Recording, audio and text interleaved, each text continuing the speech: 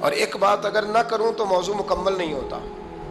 میرے نبی کریم علیہ السلام نے ایک دن صحابہ سے پوچھا، بتاؤ بہترین عورت کون سی ہوتی ہے؟ کون ہوتی ہے؟ آکسفورڈ کی پڑھی ہوئی جی، پنجاب یونیورسٹی جس نے ایم فل کا مقالہ لکھا ہو، پی ایچ ڈی ہو جس نے پی ایچ ڈی کی ہو نمل یونیورسٹی سے، ایک کراچی یونیورسٹی کی ڈگری ہولڈر ہو کہ باہر سے ایم بی بی ایس کر کے آئی ہو، کون افضل ہوتی ہے؟ کہ یا جو اچھی گفتگو کرے، نماز پڑھے، عبادت کرے، وہ افضل؟ کوئی تو ایسی وجہ ہوگی نا۔ صحابہ سے حضور نے سوال پوچھا تو صحابہ نے بھی مختلف جوابات دیے۔ کسی نے کہا حضور پنجگانہ نماز پڑھنے والی، اور میں بات تمہاری ٹھیک ہے پر تم میری مراد کو نہیں پہنچے۔ ایک نے کہا یا رسول اللہ صلی اللہ علیہ وسلم پردہ کرنے والی، فرمایا بات تمہاری ٹھیک ہے پر تم میری مراد کو نہیں پہنچے۔ ایک نے کہا حضور با پردہ عورت، فرمایا بات تمہاری ٹھیک ہے پر تم میری مراد کو۔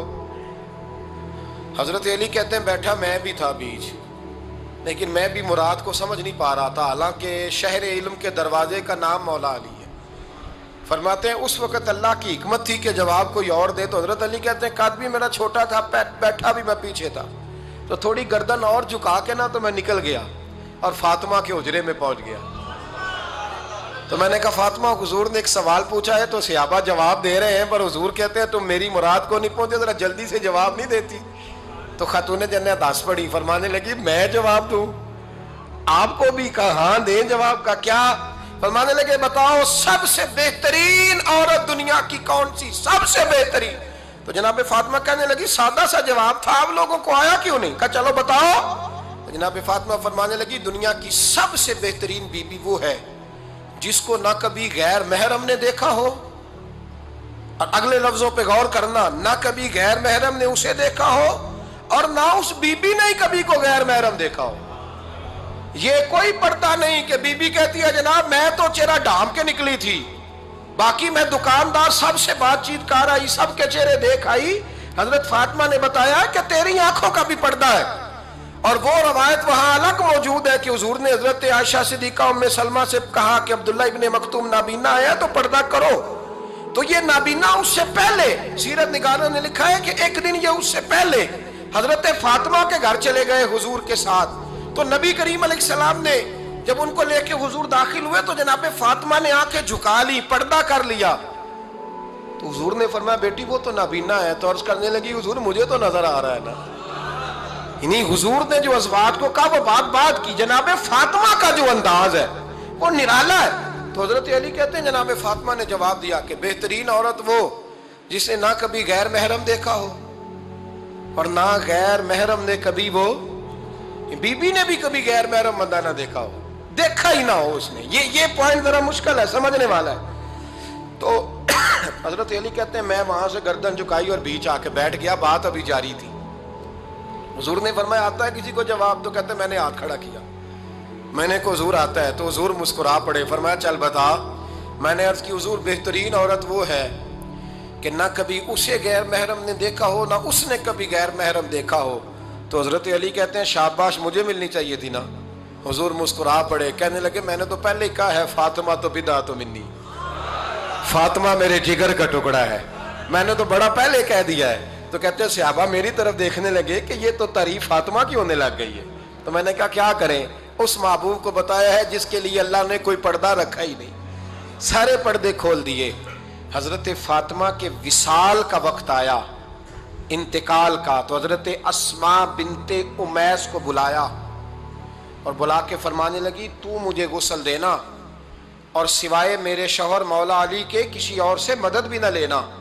اور فرمانے لگی میں نے حبشہ کے بارے میں سنا ہے کہ وہاں جب بیویوں کا جنازہ اٹھتا تھا تو وہ لوگ چارپائی کے اوپر یوں کر کے اس طرح کر کے لکڑیاں لگاتے تھے، نیچے باندھ لیتے تھے اور لکڑی میں لچک ہو تو اوپر جا کے پھر اس کو باندھ دیتے تھے تو پردہ بن جاتا تھا۔ فرمایا میں نے علی کو بتا دیا ہے، تمہیں بھی بتا رہی ہوں، جنازہ میرا رات کو اٹھانا اور لکڑیاں لگا کے نا تو اوپر پردہ کر لینا، میرے وجود پر پڑی ہوئی چادر پر بھی کسی کی نظر نہیں پڑنی چاہیے۔ رات کو جنازہ اٹھانا اور رات کو مجھے دفن کر دینا۔ مدینہ منورہ میں حضور کے وصال ظاہری کے 6 ماہ بعد جناب فاطمہ الزہرا کا جنازہ اٹھا۔ تو مسجد نبوی شریف سے ایک شخص اپنی داڑھی آنسوؤں سے بھگوتا ہوا نکلا. تو حضرت ابوبکر صدیق نے کھڑا کر کے پوچھا کیوں نبی پاک کے چچا عباس روتے کیوں ہو؟ حضرت عباس کہنے لگے پہلے حضور گئے تھے، اب نبی پاک کی تصویر بھی چلی گئی. کیا ہوا؟ کہ جناب فاطمہ کا وصال ہوا. پھر سے ایک دفعہ مدینے میں رات آئی، پھر سے شام ہوئی، پھر سے جنازہ اٹھا. شیر خدا علی المرتضیٰ رضی اللہ تعالیٰ عنہ نے، حضرت عباس نے، حضرت قسم الدین عباس نے، حضرت عبداللہ ابن عباس نے تدفین سے فارغ ہوئے. ایک روایت ہے کہ حضرت عباس نے جنازہ پڑھایا، اور ایک مستند روایت ہے کہ حضرت ابوبکر صدیق نے جنازہ پڑھایا. اور جب جنازہ پڑھا کر کے باہر نکلے تو حضرت علی شیر خدا کی آنکھوں میں آنسو تھے. اتنے کالی روتے کیوں ہو؟ ماننے لگے صرف فاطمہ نہیں گئی، مصطفیٰ کریم کی امت کے لیے دعائیں کرنے والا ایک بڑا ہاتھ رخصت ہوا ہے. ایک بڑا ہاتھ جناب فاطمہ الزہرا نے 29 سال کی عمر مبارک گزاری. میں نے پہلے بھی ایک دفعہ یہ موضوع بیان کیا تھا تو میں نے بات کر دی تھی، کیونکہ میں نے نہیں کی، وہ بات کسی اور کی ہے، کرنی بڑی ضروری ہے. علامہ اقبال کہنے لگے، اسرار بے خودی میں لکھنے لگے کہ فاطمہ جو تو نے کیا ہے وہ کوئی نہیں کر سکتا. اقبال کہنے لگے فاطمہ جب تجھے دیکھتا ہوں نا تڑپ اٹھتا ہوں. کہنے لگے اے فاطمہ میرے رسول کریم نے نا میرے پاؤں میں شریعت کی زنجیریں باندھ دی ہیں، اگر مجھے شریعت منع نہ کرتی، حضور پابند نہ کرتے تو میں کعبے کا طواف نہ کرتا، تیری قبر کا طواف کرتا. فاطمہ تو نے 29 سال میں وہ انقلاب برپا کیا، امت پر وہ رحمت کی.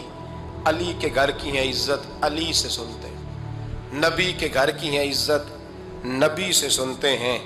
وہ جس نے معزز کیا گھرانے کو، حسین پال کے جس نے دیا زمانے کو. اور میرے اعلیٰ حضرت فرماتے ہیں سیدہ زاہدہ طیبہ طاہرہ. کبھی آپ اگلا فقرہ سنے نے تو بریلی کے امام نے حد کر دی، فرمانے لگے جان احمد کی راحت پہ لاکھوں سلام. جان احمد کہتے ہیں نبی پاک کی جو جان ہے وہ سیدہ فاطمہ ہے.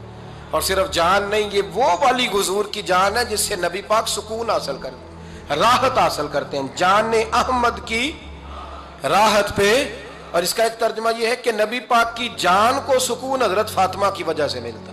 جان احمد کی راحت پہ لاکھوں سلام. اور حضرت حسنین کریمین کا ذکر کرتے ہوئے فرماتے ہیں آب تطہیر سے جس میں پودے جمے.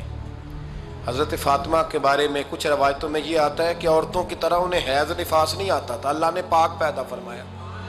اور مولا علی تو پہلے ہی پاک ہیں، تو فرماتے ہیں یہ جو بچے ہوئے نا یہ آب تطہیر سے جس میں پودے جمے.